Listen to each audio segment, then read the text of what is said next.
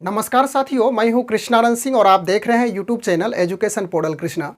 आज के इस वीडियो के माध्यम से हम लोग पीठासीन पदाधिकारी के लिए 16 बिंदु का प्रपत्र जो कि अंग्रेजी माध्यम में लिखी हुई होती है, इसे किस प्रकार से भरेंगे, इसे हिंदी में करके हम लोग समझते हुए चलेंगे। 1 से 16 तक के सभी बिंदु को डिटेल रूप से सरल भाषा में हम लोग समझेंगे और यह महत्वपूर्ण प्रपत्र होता है पीठासीन पदाधिकारी के लिए। समान रूप से यह जो 16 बिंदु का प्रपत्र है, यह इंग्लिश माध्यम में ही लिखी हुई होती है। यदि आप चैनल पर पहली बार हैं तो इस प्रकार के वीडियो को देखने के लिए, अन्य प्रकार की मदद के लिए जो कि शिक्षा विभाग से जुड़ी हुई है, चैनल ज़रूर सब्सक्राइब करेंगे और वीडियो पसंद आने पे लाइक भी करेंगे। यह वीडियो आपकी सहायता, आपकी मदद के लिए बनाई जा रही है। खास करके जो निर्वाचन आयोग का रूल्स है, जो निर्वाचन आयोग का निर्देश है, उसी निर्देश का पालन करेंगे।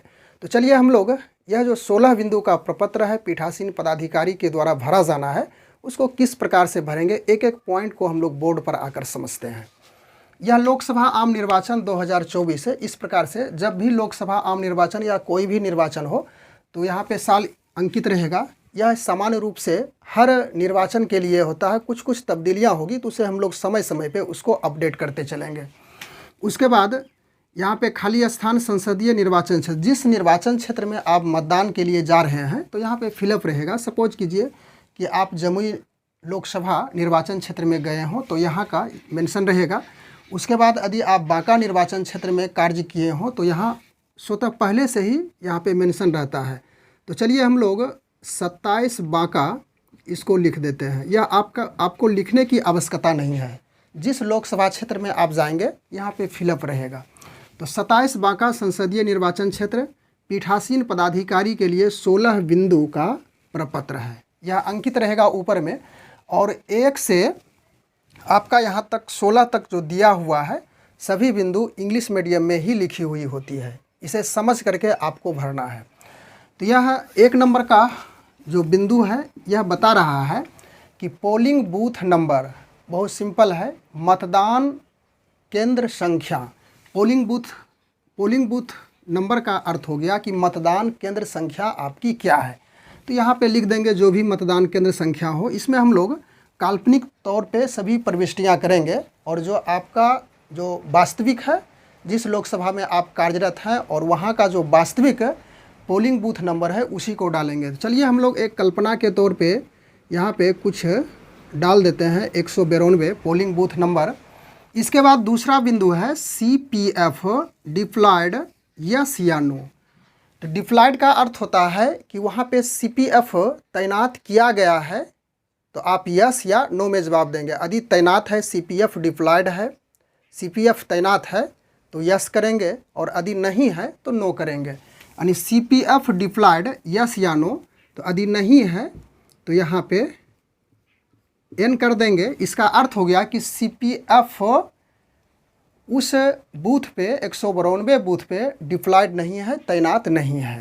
यदि है तो यहाँ पे आप नो कर देंगे। उसके बाद तीसरा बिंदु इसका है माइक्रो ऑब्जर्वर डिप्लॉयड, यस या नो। यानी कि माइक्रो ऑब्जर्वर उस बूथ पे तैनात किया गया है या नहीं किया गया है। यदि तैनात है तो यस करेंगे, यदि नहीं है तो नो करेंगे। उसी प्रकार से यानी माइक्रो ऑब्जर्वर डिप्लॉयड, यस या नो। यदि नहीं है तो यहाँ पे एन कर देंगे। उसके बाद चौथा पॉइंट इसका है, चौथा बिंदु है इस प्रपत्र का, वीडियो कैमरा डिप्लॉयड, यस या नो। यानी कि वीडियो कैमरा उस बूथ पे तैनात किया गया है या नहीं किया गया है। तो वीडियो कैमरा डिप्लॉयड यदि है तो यस कर देंगे, नहीं है तो यहाँ पे नो कर देंगे। तो चलिए नो कर देते हैं। उस बूथ पे नहीं था, वीडियो कैमरा तैनात नहीं किया गया था। उसके बाद पांचवा इसका बिंदु है टोटल वोटर्स, यानी कुल कितने मतदाता उस बूथ पे हैं। तो यहाँ पे एक काल्पनिक है, मान लेते हैं कि उस मतदान केंद्र पर टोटल मतदाताओं की संख्या 500 है, तो यहाँ पे 500 अंकित कर देंगे। उसके बाद छठा नंबर बिंदु है कि नंबर ऑफ वोट्स पोल्ड, यानी कि उस बूथ पे 500 में कितने वोट, कितने मतदान संपन्न हुआ, यानी कितना मतदान किया गया, यानी कितने वोट पोल्ड किया गया। तो सपोज कीजिए कि उस बूथ पे 300, यानी कि नंबर ऑफ वोट्स पोल्ड, यानी कितने वोट न मतदान की कुल संख्या कितनी हुई, यहाँ पे आपको लिख देनी है। उसके बाद 7वां नंबर है परसेंटेज ऑफ वोट्स पोल्ड, यानी कितने प्रतिशत वोट वहाँ पे पोल किए गए। तो 500 में 300 वोट वहाँ पे पोल्ड हुआ है, तो इसका प्रतिशत आप निकालेंगे। तो यहाँ पे हम आपको लिख करके समझाने का प्रयास कर रहा हूँ। 300 गुना 100 करेंगे, उसके बाद कुल वोटर 500 है, आप इसे काट देंगे, 5 छक 30, यानी आपका 60% मतदान हुआ। 500 में 300 पोल्ड हुआ, तो यहाँ पर आप 60% लिख डालेंगे। उसके बाद 8वां बिंदु है इस प्रपत्र का कि टोटल नंबर ऑफ कैंडिडेट्स है, यानी कुल कितने कैंडिडेट हैं इस, यानी उस बूथ पे कितने कैंडिडेट चुनाव में भाग ले रहे हैं। तो टोटल नंबर ऑफ कैंडिडेट्स, ध्यान रखने वाली बात है कि नोटा सहित कैंडिडेट की संख्या गिनती की जाती है। यदि उस मतदान केंद्र पर कुल कैंडिडेट की संख्या 10 है तो एक नोटा लेकर के जोड़ेंगे तो आपका 11 हो जाएगा। यदि कहीं पे 9 कैंडिडेट हैं और नोटा लेकर के उसे जोड़ेंगे तो कुल कैंडिडेट की संख्या 10 हो जाएगी। ध्यान रखनी है, टोटल नंबर ऑफ कैंडिडेट्स हो गया। उसके बाद 9 नंबर बिंदु है number of candidates represent by polling agent, यानी कि मतदान अभिकर्ता की संख्या पूछी जा रही है कि मतदान अभिकर्ता कितने वहाँ पे मौजूद थे। तो जितने भी मतदान अभिकर्ता हो यहाँ पे आप लिख देंगे। सपोज कीजिए 2 है तो 02 लिख देंगे। Number of candidates represent by polling agent, polling agent यानी कि हो गया कि मतदान अभिकर्ता की संख्या कितनी है। तो 2 है तो 2 हमने लिख डाला। उसके बाद 10वां नंबर है number of votes who votes using documents other than EPIC, EPIC के अलावा, यानी ईपिक को छोड़ दिया जाए, जो कि वोटर आईडी कार्ड होता है उसको ईपिक कहा जाता है। यदि उसको छोड़ करके अन्य पहचान पत्र की सहायता से कितने मतदाताओं ने, कितने वोटर्स ने वोट डाले, यह पूछा जा रहा है। तो ईपिक को हटा देंगे, जो भी अदर होगा यहाँ पे लिख देंगे। तो यहाँ पे सपोज कीजिए कि 200 ऐसे मतदाता हैं जिन्होंने ईपिक के बिना आधार कार्ड, राशन कार्ड, फोटो युक्त पहचान पत्र होनी चाहिए, उसकी सहायता से उन्होंने वोट डाला। तो कुल संख्या इसकी 200 हो गई। तो इस प्रकार से ईपिक की सहायता से डाले गए मतों की संख्या 100 हुई, क्योंकि टोटल पोल्ड 300 हुआ।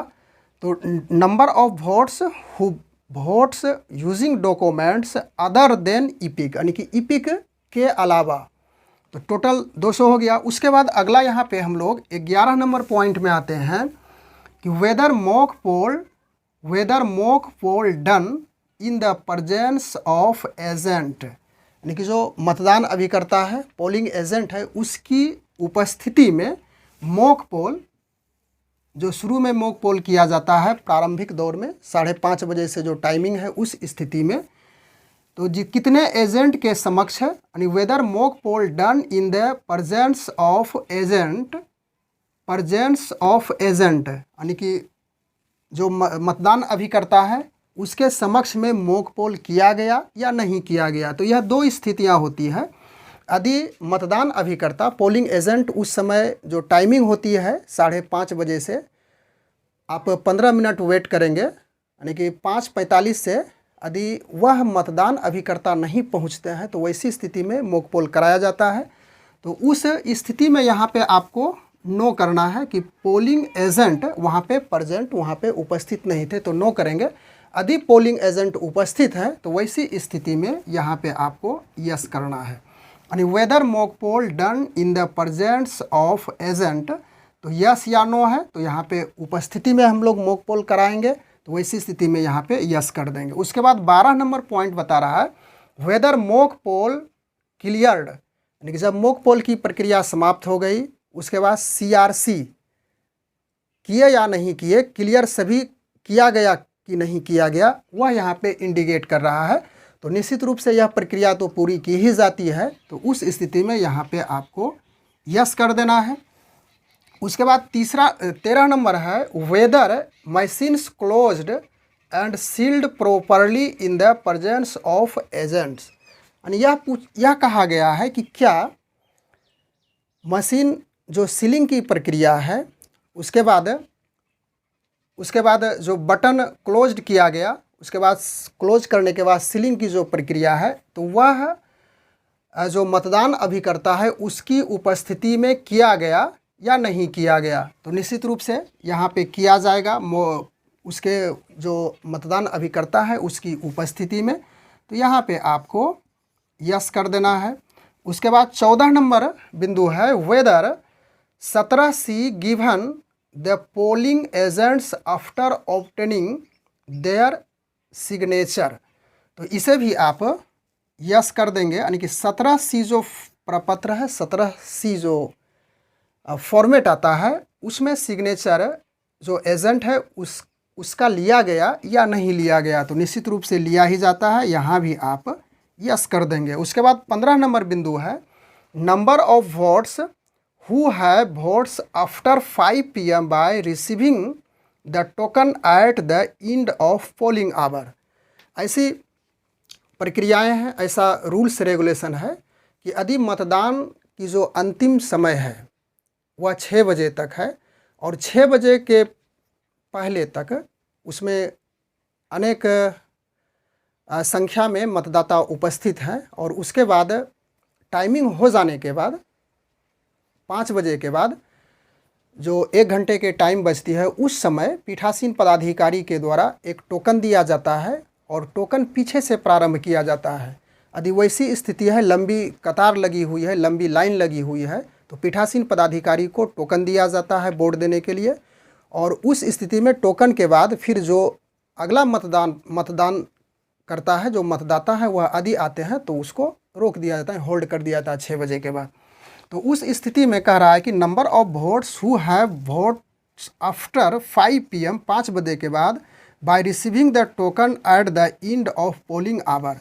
क्या ऐसा किया गया है? यदि किया गया है तो आप यहाँ पे यस करेंगे, और यदि नहीं किया गया है तो वहाँ पे नो कर देंगे। उसके बाद अंतिम बिंदु है, whether any significance incident took place during the poll, यानी कि कोई वैसी महत्वपूर्ण घटना वहाँ पे घटी है या नहीं घटी है, उसको कह रहा है।